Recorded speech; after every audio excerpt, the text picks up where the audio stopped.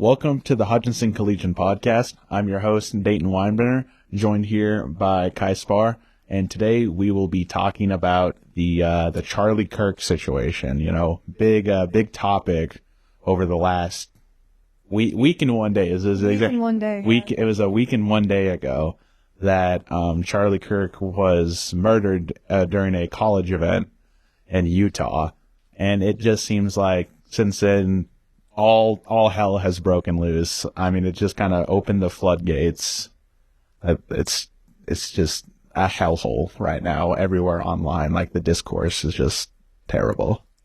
It really is. That being said, a lot of former and current politicians have come out of the woodwork to be like, we don't condone this. This constant violence from both sides needs to stop. And a lot of them are people that have, on both sides of the aisle, have experienced that violence firsthand. Yeah, no, for sure.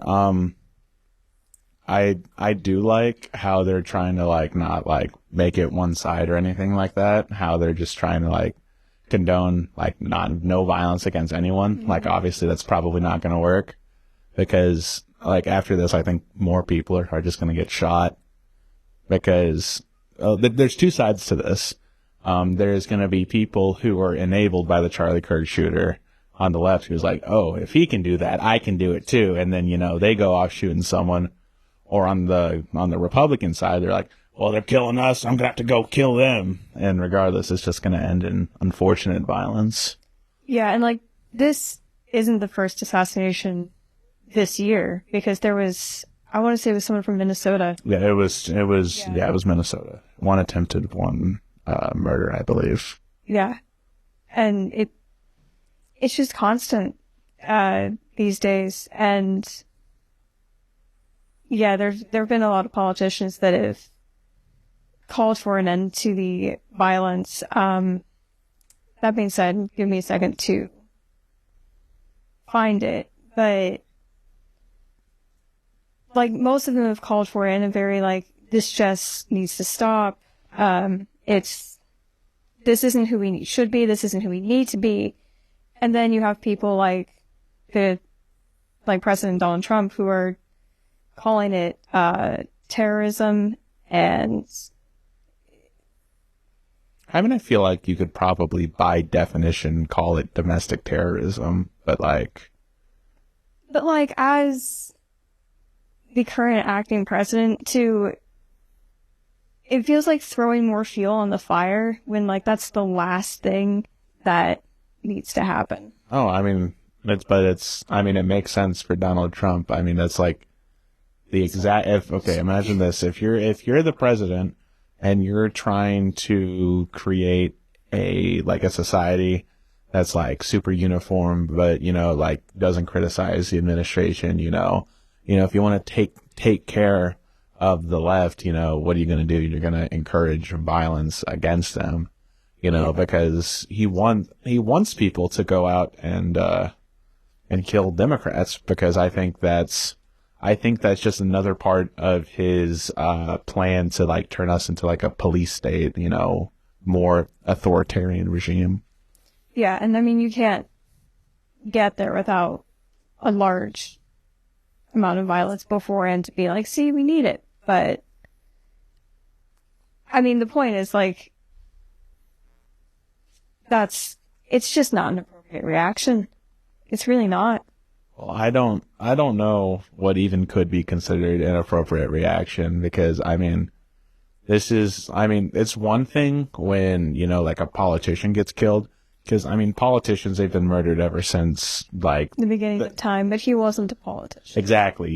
He was literally just a commentator. And I think the violent, rhetoric from both sides definitely doesn't help, because with Republicans, it's, everyone's a communist, everyone's a racist, etc. And then with leftists, everyone's a Nazi, everyone's a fascist. It's just, yeah. I feel like that's the kind of shit that's getting people killed, but neither side wants to admit that their rhetoric is getting people killed. Yeah, because you could throw around these words and everything, but it gets to the point where you're not doing it accurately, and the word starts to lose its weight and its meaning, and then you start to really be able to brush that off. And it's like, no, these should be and are serious accusations that are no longer being taken seriously because they're being overused. I mean, yeah, well, what even defines a Nazi anymore? Someone I don't agree with, someone who says mean things on Twitter? Like, I feel like just calling anyone you disagree with, whatever the buzzword for your political affiliation is, you're just killing any meaning behind it, and you're contributing to the active violence problem. Yeah, absolutely. I really hate, too, how people are using it for political gain. And I've seen a lot of people who have been like, oh, this is a call for, or this is why we need gun control, stuff like that. But Charlie Kirk, he was killed with, I believe it was a bolt action rifle that he inherited from his family. So that's like the one thing that gun control wouldn't even touch in the first place. Yeah. And I mean, shootings, especially in like the past few decades, have always inspired, like when they happen, they always inspire like a further need to control access to guns. So that's, if anything, that's like the expected reaction right now. I guess I don't even like the idea of an expected reaction. I don't like that we have to prepare a reaction for just people getting killed for. Yeah, the fact that we kind of know what to expect when people get shot is, especially like high profile people or large groups of people, it's like the fact that at this point we know what to expect for the next few days is awful. I mean, yeah, it's really dystopian. Like when you sit down and just lay it out like that, it's like, wow, we're so desensitized to this that we stop like caring about the shooting itself and start preparing ourselves for what the internet reaction is going to be. Yeah, no, I definitely agree with you there. I just don't like the situation we're in as a country, dealing with all this stuff. It's really shameful, because America, it's supposed to be the place, ultimate freedom, you can do whatever you want, start your family, but what can you do now, I feel like every day, just everything that happens here kind of just shatters what America is. Is there even an America anymore? I mean, the country is definitely still here. Are we sure? I mean, it didn't go anywhere. The landmass is still here, the people are still here, but the people in power are arguably not doing their job. Yeah, they're not, like at the end of the day, their job is to try and make laws and the like that make their constituents' lives better, make our lives better, and they're simply not doing that. So yeah, it sucks ass. It sucks ass, and it's not surprising that there's a lot of tension in the country because we're not getting what we need, and so people are getting tense and they're getting angry. Yeah, and clearly this is what happens sometimes because of that.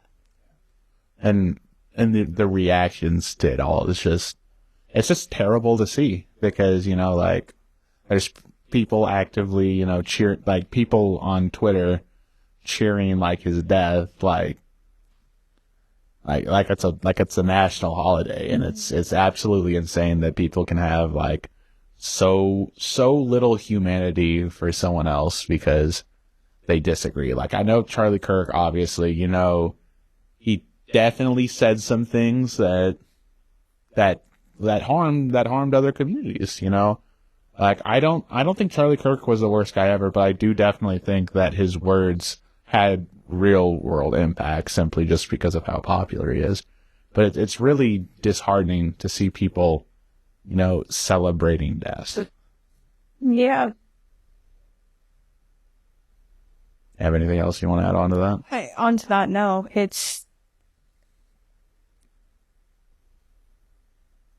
I think you can very easily, like, not be sad that he's gone. Yeah, I know. I understand not being sad. But, like, also, the internet is a public place, and there's people behind those screens, and, like, his family's on the internet. His family and friends are there on the internet. Like, they can see that you're celebrating that someone that they cared about is gone, and that's a choice. Like, do what you want to do and say what you want to say around, like, your friends, but just have a sense of awareness. But I think the people celebrating just don't have the sense, like, have this sense of awareness. Like, this might be a hot take, but, you know, the people who are, like, actively, like, celebrating his death like it's a holiday, I think it's because they don't have the ability to empathize, like, with their like Charlie Kirk's family, because they, like, never had, like, a family. If does that make any sense at all? Like they don't empathize with him because they've never had anyone care about them enough that their loss would impact someone. That's kind of how I feel about people who, like, actively celebrate his death.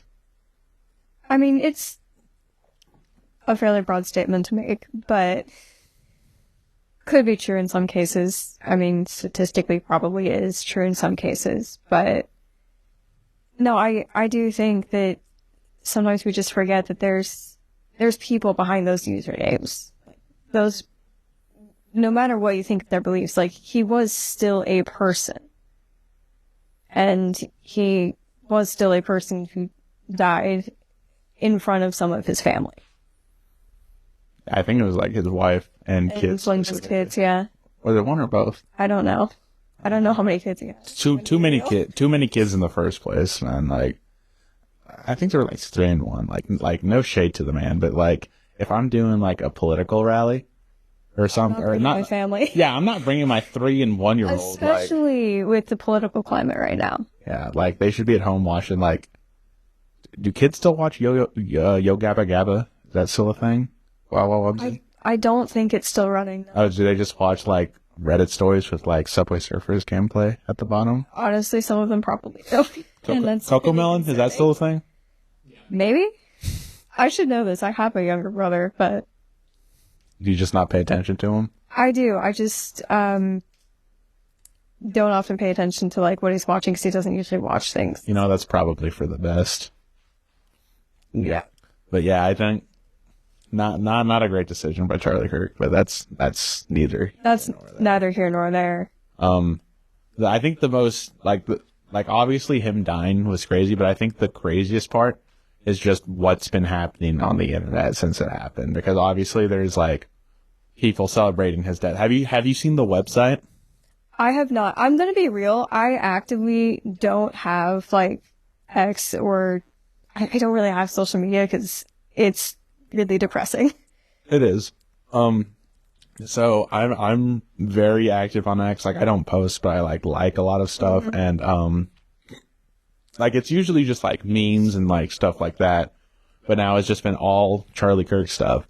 But now there's a website where there's like a team of people, I think, who run it, and you submit reports or, like, screenshots of someone who, on the internet, like, you know, Facebook, Twitter, Instagram, whatever, of celebrating his death, and they will, like, actively, like, not only, like, leak their name and address, but also contact, like, any potential employer they have to, like, That's insane. No, it's like a whole.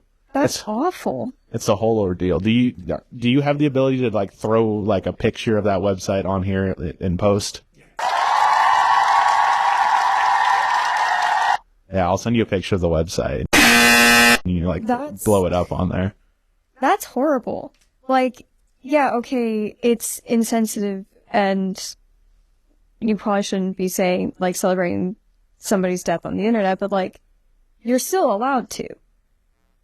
Absolutely. I'm gonna see if I can find the website, because it's a whole deal. It's insane. they claim to have identified over 60,000 people as of last Saturday. I mean, I'm not surprised that there's that many people, like, saying, like, and celebrating his death on the internet. That's not surprising, but it's just, like, they are allowed to do that. That is a protected right of theirs. And, like, going out and actively attempting to ruin their lives over something they said on the internet about someone that I would almost guarantee didn't know is insane. The amount of people on the internet just so obsessed with all of this in the past week is just insane. Like you're telling me you don't have anything going on. Like, where do you find the time? Yeah, like half these people are either like still in high school, go study calculus, bro, or they're like in their 40s. And it's like, go raise your family, little bro. Like, it's ridiculous. Yeah, that's wild. Yeah, I mean, at the end of the day, there have been a lot of reactions on both sides, like from both extremes and everyone in between. But it's just like, you are allowed to say that. Like, that's your right to do so, and I don't think you should have to worry about your livelihood because of it. Absolutely. You know, I've seen people who are like classifying like the people celebrating as like hate speech, which is like actually insane. No. No, you don't get it. Hate speech is whatever I disagree with. Yeah, that's not how that works. You'd be surprised. I mean, that's how people think it works, but it's not. Would you say Charlie Kirk's speeches are more hate speech, or do you think the public's the reactions where they're celebrating his death is hate speech? I'm gonna be real with you. I didn't really know who he was until he died. So. Well, that's the case for a lot of people, though. This might be a hot take, an even hotter take. But I don't really believe in the concept of hate speech. I believe that there's hateful speech, there's violent speech, but I don't think there is by definite. I don't know if I'd say there is like hate speech. Yeah, because the thing about that is, how would you define it? Who would define it? And it'd be such a variable definition that it'd never be realistically legally enforceable. So I mean, yeah, same with like vulgar language. Like, what do we classify? It's vulgar because some people, damn, is vulgar. Yeah, exactly. So it comes down to personal opinion on that. There is speech that damages communities, especially when you have a large platform the way he did. No, absolutely. There, like I said, there is hateful and violent speech, but yeah. It's a big problem when people start trying to police other people. Yeah, because like he was well within his right to say every single thing he said. Yeah, exactly. It was his right to do so. That's what freedom of speech protects. Exactly, and it's our right to vocally disagree. I mean, You're all protected in that situation. Yeah, exactly.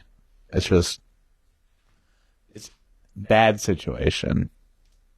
Yeah. Like I might not agree with what he says, but if he says some absolutely crazy stuff, you know, that's his freedom to do so. And if someone's like, oh yeah, I think he's burning in hell right now, you know, that's also free speech. So it's also free speech, yeah. So just the online backlash has been really crazy to see. Was it Jimmy Fallon or Jimmy Kimmel? Yeah, Jimmy Kimmel.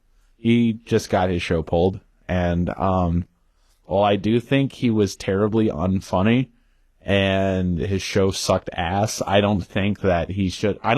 I think he should have been taken off the air for not having a good TV show. For non-political reasons. Yeah, I think he should have been taken off the air just because he sucks. But like his show did really well. People liked it. No, I mean, yeah, but I don't think he should have been taken off the air for comments for Charlie Kirk. I don't think people should be fired for their comments for Charlie Kirk. I mean, if you look on X, Twitter, whatever you want to call it, there's so many people who have been getting fired because they've gotten reports. Like, I mean, which if you're working for a private company, I mean, that's something that can happen. That's, I mean, yeah. I mean, it's fully within their rights to fire you if they're a private company. But if you're still like, if you're reporting people to their employers because they're saying that, that's kind of loser behavior. dick move, honestly. I mean, You're possibly ruining people's lives because the job market right now is awful. like not to be that guy, but in my opinion, you know, that like from that like 2015 to like 2022 range, I think leftist like cancel culture was a very real thing because there were people getting fired. There were people getting doxxed. And I'm not going to be a hypocrite and say I enjoy that the right's doing it now. I think that... I mean, both are awful. Yeah, no. And both are coming at things with this idea that you say one thing no matter when you said it and you can never change from then on out. And so, like, you're always the person that said this. And that's just not true. It's like it's like our lives are so easy now that people just want to be angry because they don't have anything else going on. Yeah, it's like, just grow up. Yeah. Oh, I'm so mad. I live in a nice white suburban neighborhood. My parents make a combined $150,000 a year. I'm so pissed. I got to be mad about something. Yeah, and there's also, like, because of this, like, you say one thing on the internet and people take offense and get upset, it can very quickly devolve. And so now you've got people in this, like, well, they don't want to say the wrong thing. They don't want to do the wrong thing. There's this fear of making mistakes and learning because mistakes aren't allowed. They turned on you so easily. Yeah, like if you made a racially insensitive joke in like 2011 and it gets dug up like a decade later, like you're not this. You're likely grow not up. that same person. You're not gonna. I mean, there is also the possibility that like you still make comments like that and you didn't change, but like yeah, but for the most part, you know, a lot of those people when they made comments, you know, they were teens, teens and teens kids do stupid shit. Exactly. I would know. I was unfortunately a teen once, and I said some stupid shit. We've all been there. We've all said and done stupid things that like we either instantly regret it or we look back and like, oh, I did that. That's a thing I said. Like Joe Biden sticker. I did that. Yeah. Like we all make mistakes, and I think one, just people having easy access to the internet all the time, it's just like they're making their mistakes very publicly. Whereas, you know, some of us didn't make our mistakes publicly. We can quietly be like, that wasn't smart, but I've changed. And it can't be drug out and be like, you're still like this. Apologize for this thing you said when you were like 15. I don't think we as a human race were ever designed to communicate with or deal with the opinions of this many people at once. We need to be in villages of 15, cultivating wheat so we don't die. We shouldn't be on X looking at, Charlie Kirk, death updates. Yeah. And I know I said something about this earlier, but like, because so many of these things are on the internet, there's, like, you just start seeing the words that are on the screen and you stop remembering there's a person behind them, which makes it so much easier to just be awful on the internet. It's like there's people that are seeing this. There's no, it feels like there's no humanity on the internet. You know, it's just free for all shit show. Yeah, that's absolutely how it feels. And it's unfortunate, but that's just the climate we're in. And unfortunately, it's only going to get worse. Because if there's anything I've learned over the past 5-6 years, it never gets better. It only goes downhill.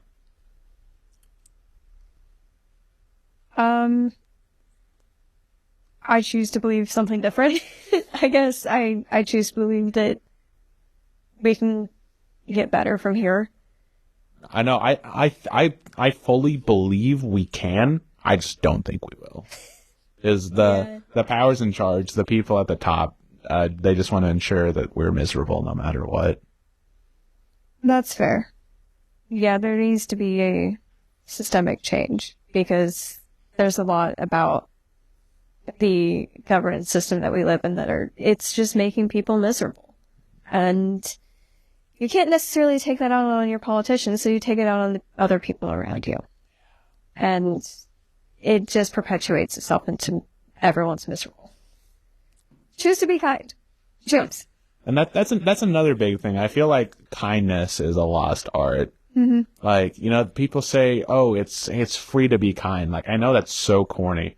But it is. It's true. You know, it takes literally zero effort to be kind. I think I would argue that there are times where it takes a lot of effort to okay. to be kind. Well, most of the time it's easy to be kind, you know, not like holding doors for people, you know, holding or helping an old lady get something off the shelf at Walmart, you know, helping It's so simple. help move someone's car out of an ice trap, you know, something like that. Also, genuinely, just like small talk with like the people that are helping you at stores, Yeah, exactly. like the people you're standing next to, because then it's like you're actually talking to people and you're making that connection.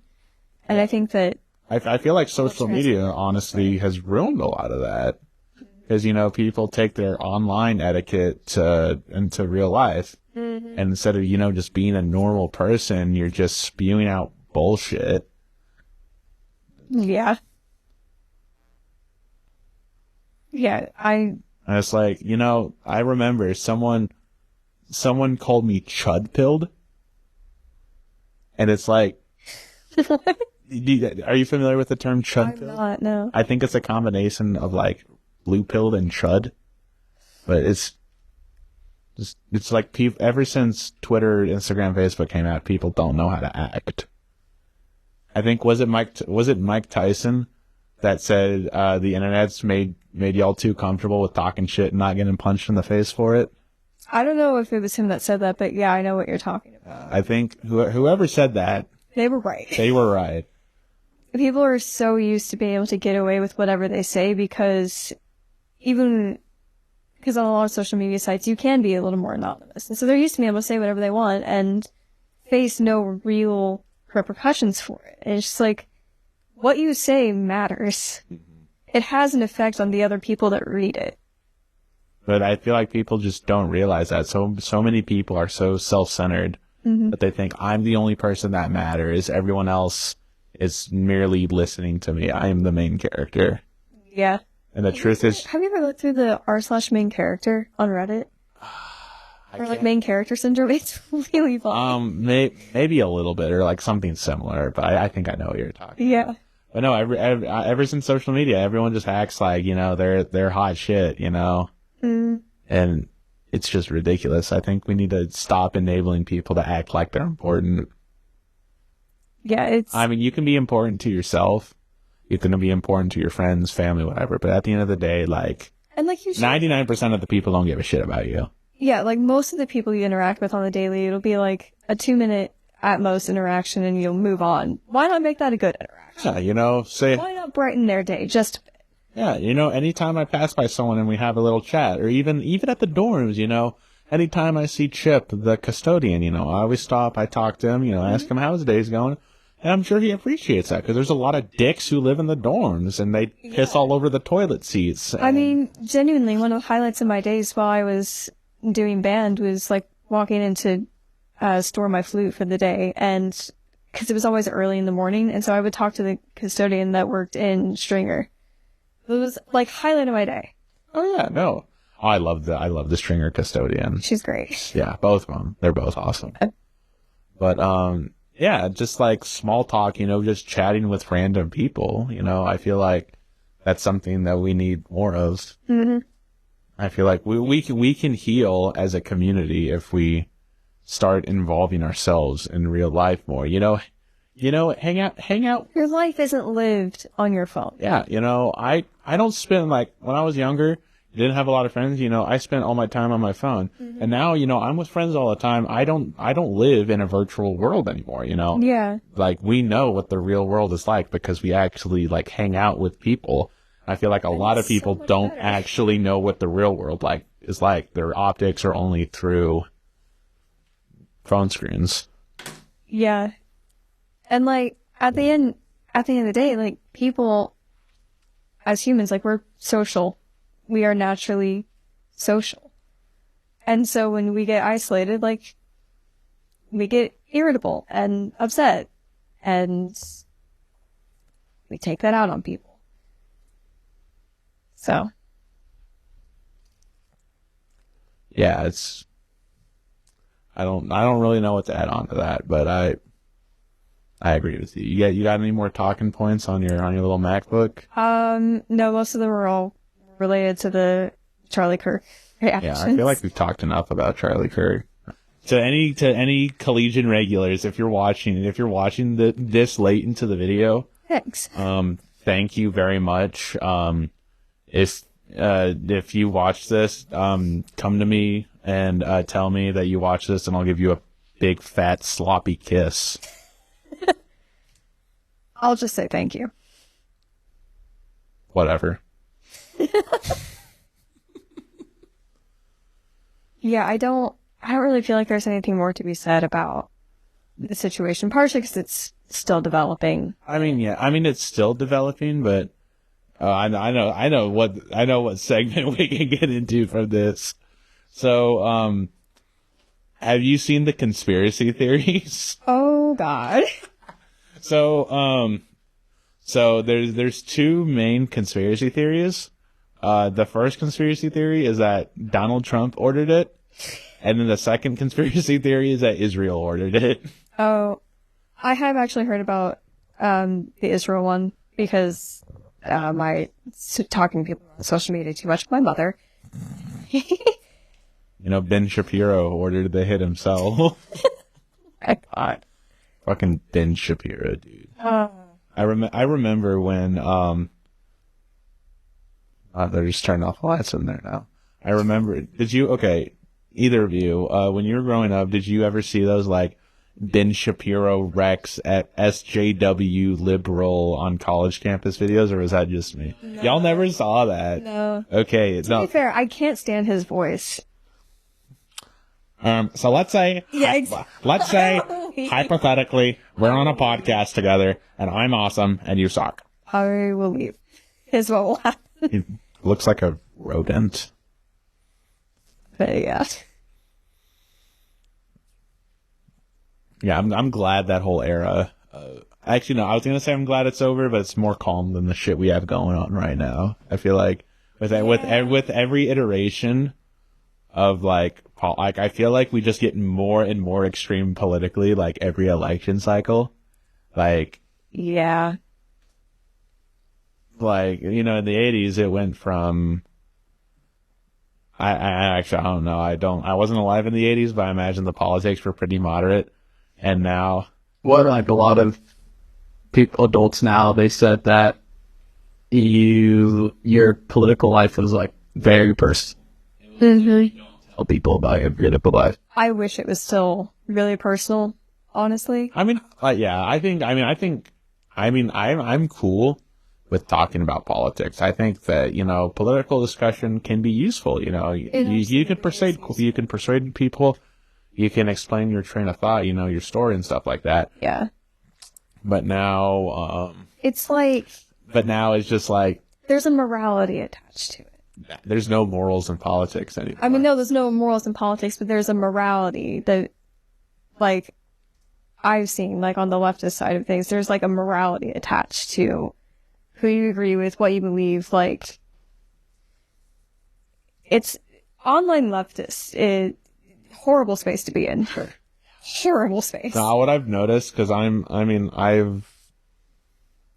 don't align myself one way or another politically. I kind of just, I do my thing. And what I've noticed is that leftist discourse on the internet is very, if you're not with me, you're against me. If you don't fall right in line, then you're a Nazi or whatever. And honestly, some of them are just regurgitating extreme right talking points just in what sounds like more progressive language. And it's with social media. That's the whole thing, because you can't take politics seriously anymore because everyone gets.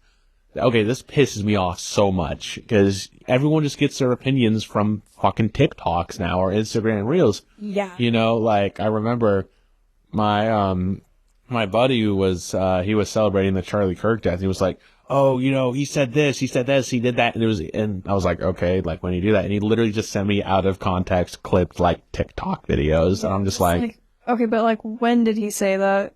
yeah, and like, and there's people who just straight up just make up things that he said. It's like, okay, when did you say this? And they just block you. And And it's just, people will come up with a justification for anything. generally, it's like anytime someone starts like talking politics, it's like, okay, great, I'm willing to sit and listen, but like, what's your source material? I feel like, What are your sources? did Or are you, you just talking out of your ass? did either of you ever take a debate in high school? You know how you just walk around with a tub with a bunch of like files and like info. I think Yeah, if you want to act like you're knowledgeable about have, politics, you need to carry the tote with you at all times and honestly, pull out. we had like a server on our school computers that we referenced. Yeah, see, we didn't have laptops or anything. We literally just had a giant bucket of papers, and you had to pick out of there. Yep. I never won a single debate, by the way. I think I won a few. I think my first debate, I just started crying because I was too nervous to start debating. Oh my god, my first debate. So my original debate partner that I've been assigned was sick, and so wasn't there. And so I had an entirely new debate partner on the bus, and he wasn't dressed for the competition because he wasn't supposed to be competing. And so like we had to like completely craft his speech beforehand. And then my computer like stopped working right before I have to get up to speak. So it was an absolute disaster. One of my, a good buddy of mine, still one of my best friends, kid named Dustin, I was in debate with him, and our whole thing, for some reason, our whole case that year was about, I think it was like about Taiwan and China. Mm-hmm. Some things never change, do they? But, yeah, I mean, there's a general topic every year, so. yeah. But, they're going over it, and he was supposed to be defending Taiwan, and during it was a cross-examination, I think. No, actually, it might have been one of his speeches. Oh, no. He got tripped up, and he accidentally just blurted out Taiwan bad. And then he just quit his speech and just sat down. My debate partner once, like, he was going, like, so intensely on the cross-ex, for the other team that the other guy was just like, I have no further questions, and went to sit down, and my debate partner goes, well, I do. And the poor guy was, like, in tears. Debate's really fun. It's like, it's like theater for people who don't suck. I did both debate and forensics in high school, and I found forensics to be more fun, partially because debate kids are awful. They really are. It's to be around. It's so competitive and like serious and stuff. Assholes. Speaking of randomly calling people Nazis, one of my friends in the middle of a round just got called a Nazi. Did they win? I don't remember, but God, I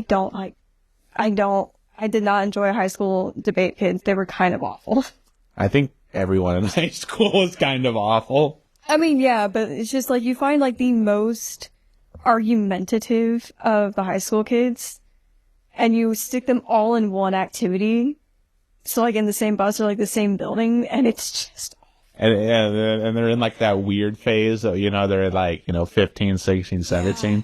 They're at that point where they want to disagree with everyone, but you can't convince them that they're wrong. Mm-hmm. And like, as a high schooler, like you're convinced that you're right, and yeah, miserable to be around. So I only did it for one semester. The trips were fun, though. The trips were fun. I do have to admit that, but... Is there an HCC debate program?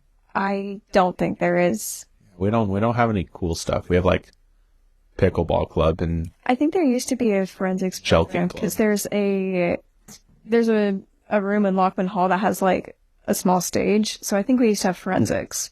Oh, yeah, I think I know what you're talking about, actually. Okay, so we don't. That was fun. I was told like all 4 years to take forensics, but I never did. I enjoyed it. What even is forensics about? It's a bunch of various creative works. I love creative works.